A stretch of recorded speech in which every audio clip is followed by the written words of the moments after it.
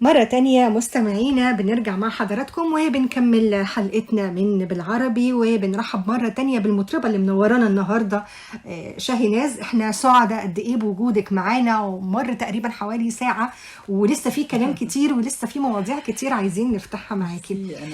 كنت بتتكلمي قبل الفاصل عن ان ليكي جمهور كتير في الدول العربية، لكن قلتي ان الجمهور التونسي ليه محبة خاصة في قلبك.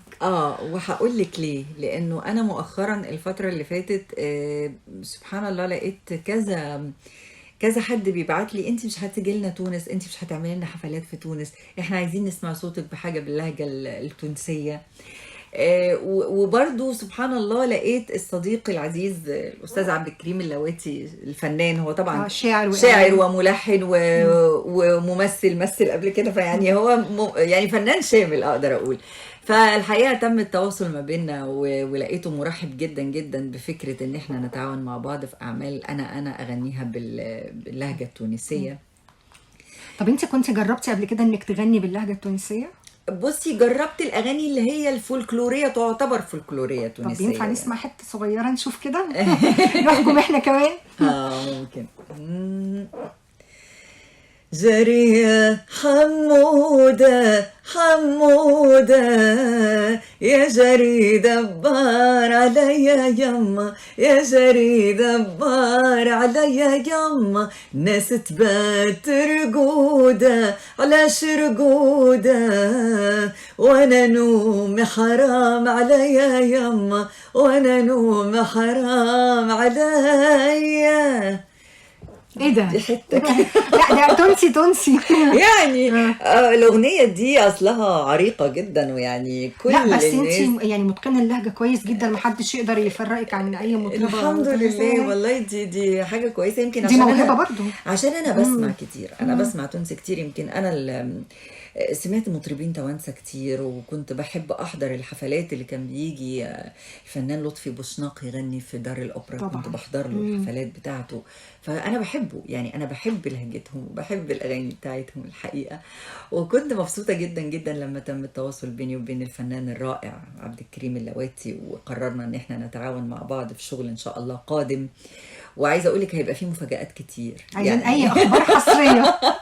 انا مش عايزه احرق كل حاجه الاخبار، بس ان شاء الله هيكون في عمل، في اغنيات طبعا. في حاجه باللهجه التونسيه، وفي حاجه باللهجه المصريه كمان على فكره، وهو بيكتب مصري حلو قوي كمان مش بس تونسي. والمفاجاه ان الاغنيه هتكون لحنه وكلامه، يعني هو اللي عامل كمان اللحن الموسيقي. حتى هو كمان يعني لفت نظري انه انا المفروض ان التواجد بيني وبين الجمهور التونسي يبقى على ارض الواقع اكتر.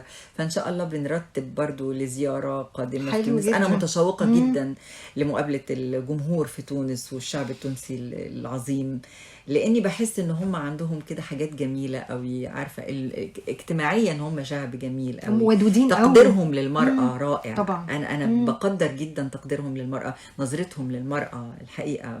المراه قد ايه واخده مكانتها هناك. فمن الدول اللي انا حابه جدا ان انا ازورها يعني. فان شاء الله هيبقى في قريب زياره كمان لتونس. طيب واحنا كمان عاملين لك مفاجاه، تسجيل من الأستاذ عبد الكريم اللواتي بيرحب بيكي وحابب يقول لك رسالة من خلال صوت العرب. طب كويس، جميل.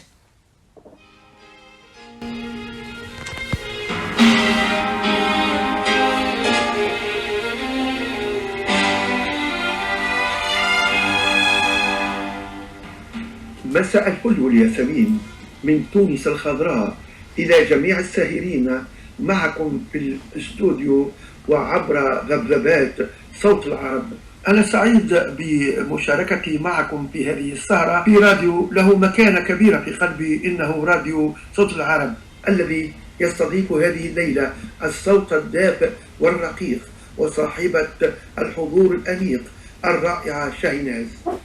قد أسعدني أن أتواصل معها في هذه الفترة الأخيرة، وكنت ولا زلت من أشد المعجبين بصوتها وطريقة أدائها الجميل وبإحساسها القوي المؤثر بما تؤديه من أغنيات وألحان منتقاة بذكاء واتزان. حقيقة هذه الفنانة الرقيقة والقوية في الآن نفسه سعيت للتواصل معها والتعامل الفني مع صوتها الذي أشبهه بإذاعة متعددة الموجات بمختلف اللهجات، فهي تنقلك من الشرق إلى الخليج ومنه إلى المغرب العربي. وسأتعامل مع هذا الصوت من خلال اللهجة التونسية وأيضا اللهجة البيضاء واللهجة المصرية والجزائرية أيضا.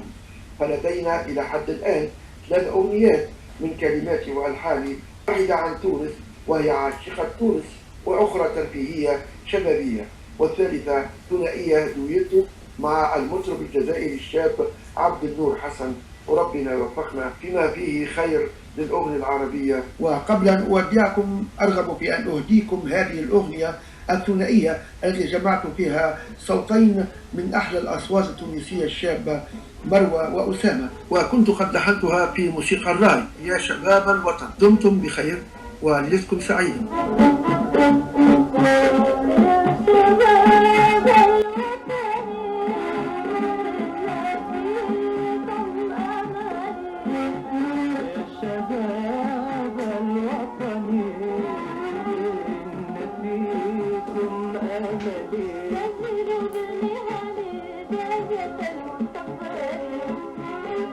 سجلوا بالمهن بهجة المستقبل في كتاب الزمن.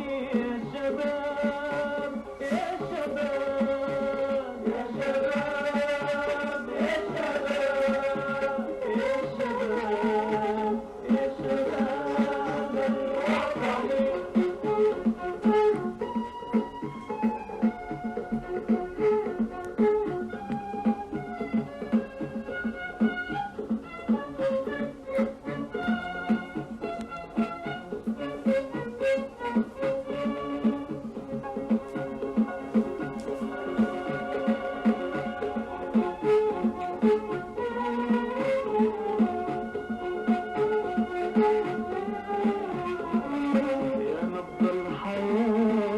أنت حلم عانت نور الدنيا والبستان. يا رب الحياة أنت حلم عانت نور الدنيا والبستان. في ظل الريان دون ما خصام، في ظل الريان دون ما خصام. مثل الربيع سحر العيون، في دون الأمان في شط السلام، في دون الأمان في شط السلام، في شط السلام، في شط السلام. وعايزة أشكره جدا جدا على كل الكلام الجميل اللي هو قاله، وعايزة أشكره على رأيه فيا وفي صوتي. Thank you so much. يعني عارفة هو بس هو حرق كل المفاجآت كده، يعني مش عارفة قال على كل حاجة، ما خلاليش ولا مفاجأة أقول أنا عليها. بس أنا سعيدة جدا جدا بالتعاون مع فنان يعني رائع زيه، وإن شاء الله اللي جاي كله يبقى خير وحاجات تعجبكم بإذن الله.